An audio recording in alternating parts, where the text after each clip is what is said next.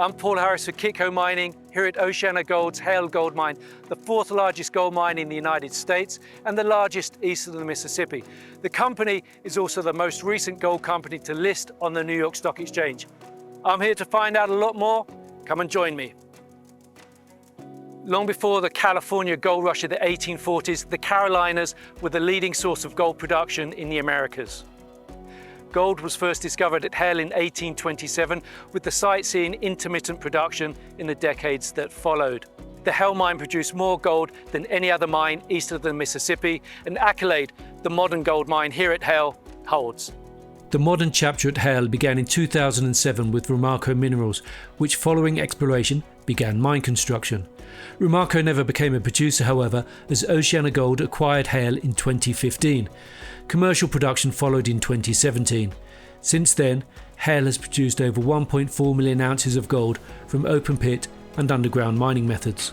We've got a really exciting production profile here at Hale, including 2026. We got 6 years of over 200,000 ounces produced here at Hale.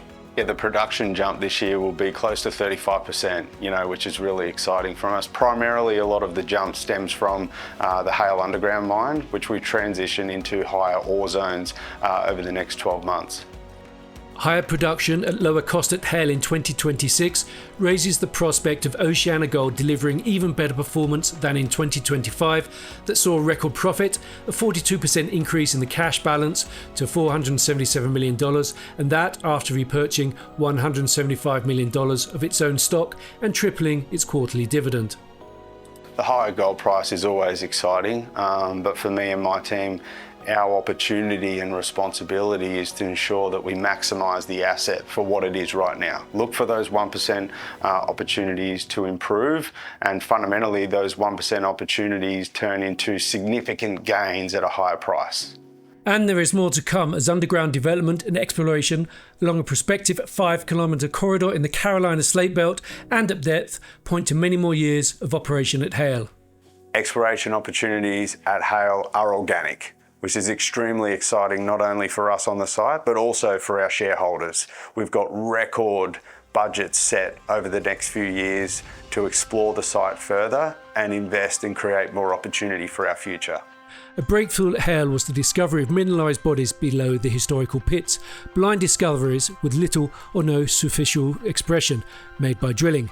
The exploration team has subsequently identified additional blind targets which look like they will be the ore bodies of the future. So for the example at Hale, in this map there were a number of small deposits that covered this area, each with its own name, when Ramaco came in. And they started drilling deeper and all of a sudden realized that those things started to connect up. And as they got deeper, there was more and more gold to find. With a $10 million budget, exploration manager Sam Reed is looking to drill 35,000 metres this year, targeting resource conversion and resource development. So this year we're targeting about 300,000 ounces that we're trying to bring into that life of mine plan at various stages. The main source of ore is currently the open pits. So here you're looking at the Ledbetter 3 pit. It is a layback of our Ledbetter 2 pit that we mined through last year, and will be our #1 source of gold this year and next year.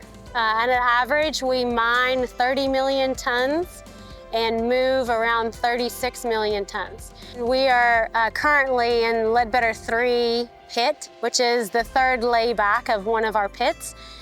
We have Snake Phase 3 pit, Hale Phase 2 pit, Small, Champion. Operational efficiency is assisted by technology. Technology helps us to give all of the equipment the ability to see what they're in, what they're mining in, or what they're shipping to the proper destination. The Hale mine consists of open pit and underground mining operations, with pushbacks and new developments underway. We will, over the next 5 years, push 2 underground mines, be it Hale Underground Mine and Palomino Underground Mine, and that really transitions our production profile from primarily an open cut mining operation to underground in the future. Underground development is not only driven by geology, but by more favourable economics, with the transition to underground mining being viewed as a far superior business case for Hale and the company.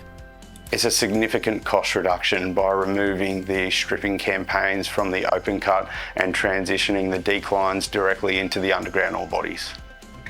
The future of Hale features a transition towards underground mining, as underground mine manager Jake Largent explains. Horseshoe was the first installation of what is now 3 underground deposits. It's an extension of the Snake Pit, and then this year in January we commenced development for Palomino, which is another extension of the pit, and then now we have a 3rd extension to Ledbetter called Ledbetter Underground. Has increased the mine life, increased the reserve and grade fed to the mill while reducing waste, and as we've transitioned from contractor to owner-operator, has provided a better cost profile for the operation. Mining is the first part of the production process. The gold then has to be extracted from the ore.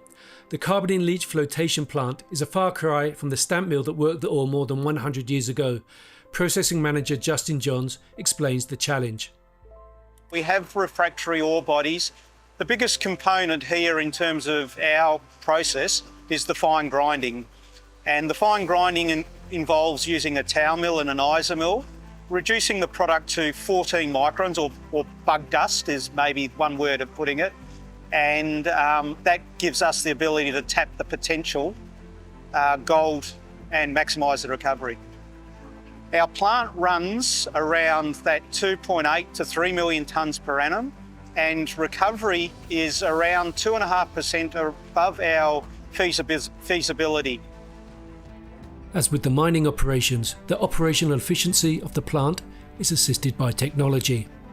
It's one of our most advanced plants from an instrumentation and processing point of view.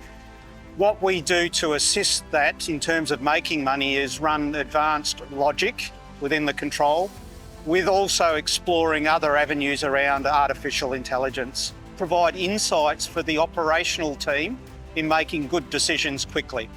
A key message, repeated in every area that I visited, is that profitable mining operations are safe mining operations.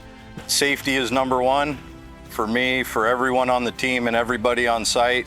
Without safe production, there is no production. We don't do anything unless it's safe to do so. OceanaGold and Hale have an Australian flavour to them, which stems from the 2022 appointment of Gerard Bond as president and CEO following 10 years at Newcrest Mining. Bond brought some of his trusted operations lieutenants with him, including asset president Matt Warner and later plant manager Justin Johns.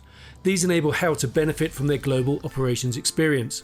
Matt and Justin have settled in the nearby town of Kershaw, where Hale sources 80% of its workforce and where there is a strong local connection. What motivates me the most to come to work every day is the family-oriented environment that we have. Asset President Matt Warner sees culture as a key success factor at Hale. Culture is really important to me and really important to this site. In my opinion, it stems from us being local to the community. A lot of the people that work here at Hale are in the surrounding regions and have an invested interest in what we're doing on this site, but also what we do for the community. You know, we have mothers, fathers, daughters and sons that work here on this site, and we're going to set ourselves up for the next generation of miners in this community and in the region. Everyone's invested for a common goal to ensure that we execute safe work, and more importantly, that we set up generational wealth and growth here at Hale for our future. Hale's culture is an element that is driving higher financial performance to the benefit of OceanaGold shareholders. The ability to be able to motivate everyone on this site with a common goal to deliver the outcomes required for Hale to be successful. Hale's success has been Kershaw's success too, facilitating an economic and financial renaissance with an annual economic impact estimated to be in the order of $700 million. Higher gold prices and higher production will only increase this. For many residents, however, Hale represents more than just a paycheck. Kershaw was reborn. We were struggling economically. We had a lot of vacant businesses, a lot of vacant houses. Hale provided an economic boom that has greatly increased the standard of living in Kershaw. Now we have a multinational company in the small town of Kershaw that our kids can see, can understand what it takes to be part of that global business. Strong environmental management, including habitat restoration and water quality, are other key aspects that the community demands and benefits from. The water that we do release is treated and discharged to a higher standard than what naturally occurs, and we take great pride in that. The acquisition of Hale was a strategic pivot by OceanaGold into North America and away from its South Pacific roots. While its operations in New Zealand and the Philippines remain important, the next chapter at Hale is unfolding, as the operation will see a 35% production increase in 2026, up towards 260,000 ounces of gold. This will also reduce its costs and see Hale provide 45% of OceanaGold's consolidated production. Importantly for investors, more ounces at higher gold prices means greater profitability, which means there is a lot for the company, its workforce, communities and investors to celebrate, particularly as Hale approaches the production of its 2 millionth ounce in the coming years. Future milestones for Hale present as early as next year. We hit 10 years of operation for OceanaGold here at the Hale Gold Mine. We also will celebrate 200 years of mining gold in and around this region, which is really exciting for us. This is happening at an opportune time as the importance of gold as a critical monetary metal is increasing as global financial and economic environment evolves. At the same time, US investors are rediscovering the value, the security and the opportunity of investing in gold and gold mining stocks. This is something that OceanaGold is looking to tap into through its recent listing in the New York Stock Exchange.